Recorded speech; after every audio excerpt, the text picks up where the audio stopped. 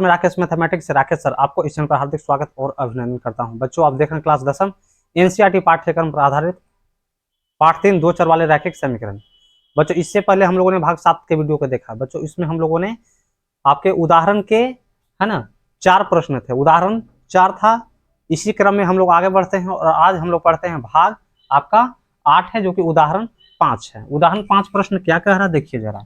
Graph द्वारा है ना, ग्राफ द्वारा ज्ञात कीजिए कि निम्न समीकरण युग्म का हल नहीं है, मतलब कोई हल नहीं है, अद्वितीय हल है अथवा अपरिमित रूप से अनेक हल है ना। तो आपके 2 समीकरण दिया हुआ है और इसी 2 समीकरण का ग्राफ खींचना। ग्राफ खींच करके आपको बताना है कि कोई हल नहीं है या अद्वितीय हल है या फिर अपरिमित रूप से अनेक हल है। तो फटाफट इसको हम लोग बनाना शुरू कर देते हैं और इसी तरह का मैथ बच्चों ग्राफ आपको और भी उदाहरण में आपको पढ़ना था, ठीक है।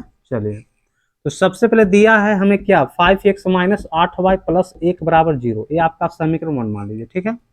ये जो दिया है 3x माइनस 24y बटा में 5 दिया है और प्लस 3 बटा 5 है ना, बराबर यहाँ 0 छूट रहा था और बराबर ये आपका 0 है। तो इसको समीकरण 2 हम नहीं मानते हैं बच्चों, है ना।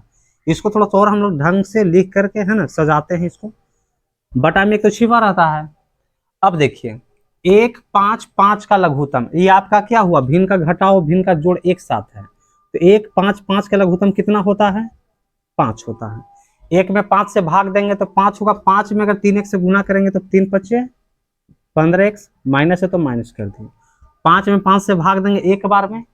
1 में बच्चों अगर 24y से गुना करते हैं तो 24y, प्लस है तो प्लस। 5 में 5 से भाग देंगे एक बार में। 1 में 3 से गुना करेंगे तो 3, बराबर में आपका 0। बटा में आप 1 यहाँ पे लिख सकते हैं। आगे चलिए 15x माइनस 24y प्लस 3 में 1 से गुना कीजिए तो क्या आएगा, तो 15x माइनस 24y और प्लस का 3, ठीक है। और 0 में 5 से गुना करेंगे तो क्या आएगा, 0। चलिए इसको और छोटा करने की कोशिश करते हैं। तो हम देख रहे हैं कि 3 से कॉमन हो जाएगा, है ना। तो 3 से 15 कटेगा 5 बार में तो 5x हो गया, माइनस 3 से 24 कटेगा 8 बार में तो 8y हो गया, प्लस का प्लस, और 3 से 3 कटेगा एक बार में, इधर आपका 0 बच गया। 3 गुना में इधर आएगा तो भाग में हो जाएगा। इस तरह से 5x माइनस 8y प्लस 1 0 बटा 3 है ना, 0 बटा क्या आएगा, 3 आएगा। 5x माइनस 8y प्लस 1 बराबर 0। बच्चों ये रहा आपका समीकरण, इसको हम लोग 2 मानते हैं। अब आगे चलते हैं और समीकरण 1 और 2 की सहायता से हम लोग तालिका को प्राप्त करते हैं और तालिका के मदद से हम लोग ग्राफ खींच लेंगे। तो आगे चलते हैं बच्चों, है ना। चलिए पहला समीकरण आपको क्या प्राप्त हुआ, तो 5x माइनस 8y प्लस 1, ठीक है। और दूसरा समीकरण 5x माइनस 8y प्लस 1, अर्थात दोनों समीकरण जो प्राप्त हुआ है दोनों बराबर हुआ है ना, दोनों बराबर आया है। तो समीकरण 1 से चले कि 2 से चले, बात तो एक ही है। चलिए पहले हम लोग बना लेते हैं समीकरण 1 से चलते हैं। बीजगणितीय विधि पहले बनाते हैं। क्या है, 5x माइनस 8y प्लस का 1 है बराबर 0 है। कैसे बनाते हैं आप सभी को पता तो होगा ही। x का मान 0 रखते हैं तो 5 का 5 हुआ, x का मान क्या बच्चों, तो 0 रख देते हैं। माइनस का 8y का 8y और प्लस का प्लस 1 और बराबर में इधर आपका 0 है, ठीक है। 5 में 0 से गुना करेंगे तो 0 हुआ, माइनस से माइनस कर दिए 8y, प्लस का 1 बच्चों उधर जाएगा तो क्या माइनस का 1 होगा, है ना। चलिए ये आपका क्या हो जाएगा, 0 में से माइनस 8y घटाएंगे तो माइनस का 8y बराबर माइनस 1, y को बाहर करेंगे माइनस 1 और माइनस 8 गुना में इधर आएगा तो क्या हो जाएगा, भाग में हो जाएगा। माइनस माइनस क्या हुआ, कट गया, बच क्या गया, तो y बराबर 1 बटा 8। बस इसको भी हम लोग क्या दशमलव में लाते हैं ताकि हमको आगे ग्राफ खींचने में दिक्कत न हो। छोटा हो रहा 0 लगा दिए, यहाँ भी 0। दशमलव 8 है कम 8, 10 में से 8 घटेगा तो 2 हुआ, फिर 0, 8 दूना के 16, 20 में से 16 घटेगा तो क्या होगा, 4 होगा, फिर 0, 8 पच्चे 40 हमें प्राप्त हुआ, ये आया। काटेंगे लिखेंगे बच्चों क्या, y बराबर 0.125। ठीक है, चलिए आगे हम लोग चलते हैं। अब x का मान बच्चों 0 रखे थे तो y का मान क्या आया, देख सकते हैं 0.125 आया।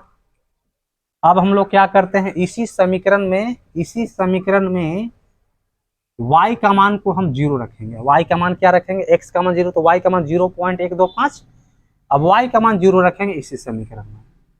5x माइनस 8y प्लस का 1 बराबर 0। ठीक है, 5x का 5x माइनस 8 के 8, y का मान 0, प्लस का 1 इधर जाएगा तो माइनस का 1 इधर हो जाएगा। 5x माइनस 8 में 0 गुना करेंगे तो 0 है ना, माइनस का 1, 5x से 0 कुछ हो ना घटाना है ना, तो 5x का 5x माइनस 1, x को बाहर करेंगे माइनस 1/5 हुआ, इसको हम लोग भाग देते हैं, क्या आएगा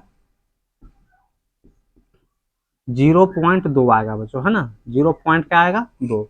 लेकिन हम माइनस से इसलिए यहाँ पे क्या कर दिए हम, तो माइनस में। चलिए इसको हम लोग क्या करते हैं, तालिका बना लेते हैं, है ना, क्या बनाते हैं, तालिका बनाते हैं। अच्छा, x का मान 0 रखें तो y का मान बच्चों प्राप्त जो हुआ क्या है 0.125 प्राप्त हुआ। ठीक है, चलिए अच्छा, y का मान 0 हम रखे थे तो x का मान जो प्राप्त हुआ माइनस का 0.2 प्राप्त हुआ। तो ये था बच्चों बीज गणितीय विधि, है ना, बीज गणितीय रूप में आ गया। अब हम लोग इसी तालिका के मदद से हम लोग क्या करते हैं, ग्राफ खींचना शुरू कर देते हैं। तो अब समीकरण 1 और 2 तो आगे बच्चों समीकरण अलग अलग रहता ना, तो हम इस समीकरण 2 से भी चलते और इसी तरह से समीकरण x का मान 0 रखते तो y का मान प्राप्त होता, y का मान 0 तो x का मान प्राप्त होगा। तो समीकरण 1 और 2 हम देख रहे हैं दोनों तो एक ही समीकरण है ना, एक ही समीकरण है, तो अगला तालिका होगा तो यही तो प्राप्त होगा, है ना। अब चलते हैं हम लोग ग्राफ की ओर। ग्राफ तो चलते हैं बच्चों तालिका के अनुसार ग्राफ की ओर, है ना, ग्राफ खींचते हैं। तो आपको समीकरण 1 और 2 को दोनों का तालिका बच्चों यही होगा क्योंकि दोनों समीकरण बराबर आपका था। ठीक है, अच्छा क्या है 0.1 इसको मान लेते हैं लगभग में, और आपका 0.2 है।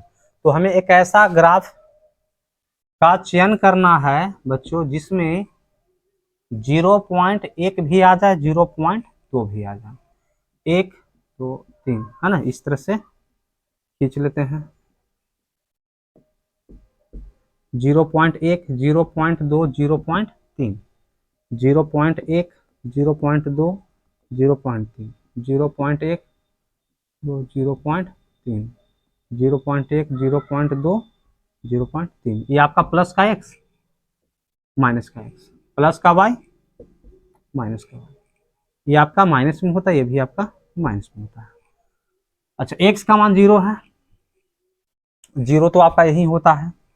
कहाँ तक जाना है, तो y तरफ जाना है 0.125 तक। तो y कहाँ है, तो जो y का मान आपका ये होता है, इसी पे होगा 0.125, है ना। 125 का मतलब थोड़ा सा आगे चलते हैं, यहाँ मान लेते हैं कि यहाँ पे है ना। चलिए एक बिंदु आपका ये बना, ठीक है। फिर देखो y का मान 0 है तो y का मान 0 आपका ये हुआ, और x का मान है 0 माइनस का 0.2। x का मान, तो x का मान आपको यहाँ मिलेगा माइनस वाला आपका ये होता है ना, और क्या है तो 0.2 है, तो 0 पॉइंट माइनस में 0.2 ये हुआ। तो ये बिंदु और ये बिंदु, दोनों बिंदु को बच्चों क्या करना है आपको, मिला लेना है। ठीक है, मिला लेना, और ठीक है मिल गया। तो इस तरह से अगर दूसरा समीकरण की भी तालिका यही तो बना है, तो दूसरा भी समीकरण क्या बनेगा बच्चों, तो आपका यही बनेगा, है ना। अर्थात यहाँ पे लिखेंगे क्या, अर्थात समीकरण 1 और 2 की, है ना, समीकरण 1 और 2 की ग्राफ एक ही है, एक ही है ना, क्या है, एक ही है। मतलब समीकरण 1 जिस रेखा पर बना है, समीकरण 2 भी बच्चों उसी रेखा पे बना है।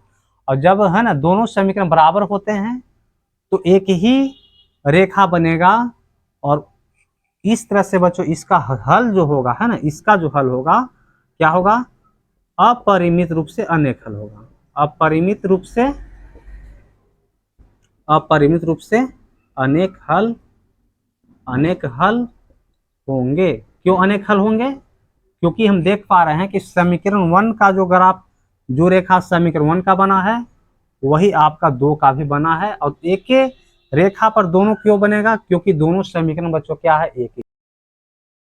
तो बच्चों अभी आप पढ़ रहे थे भाग 8 उदाहरण 5। तो आज के वीडियो में इतना ही, मिलते हैं अगले वीडियो में। तो जुड़े रहे राकेश मैथमेटिक्स के साथ, तब तक के लिए धन्यवाद। आपका दिन शुभ हो।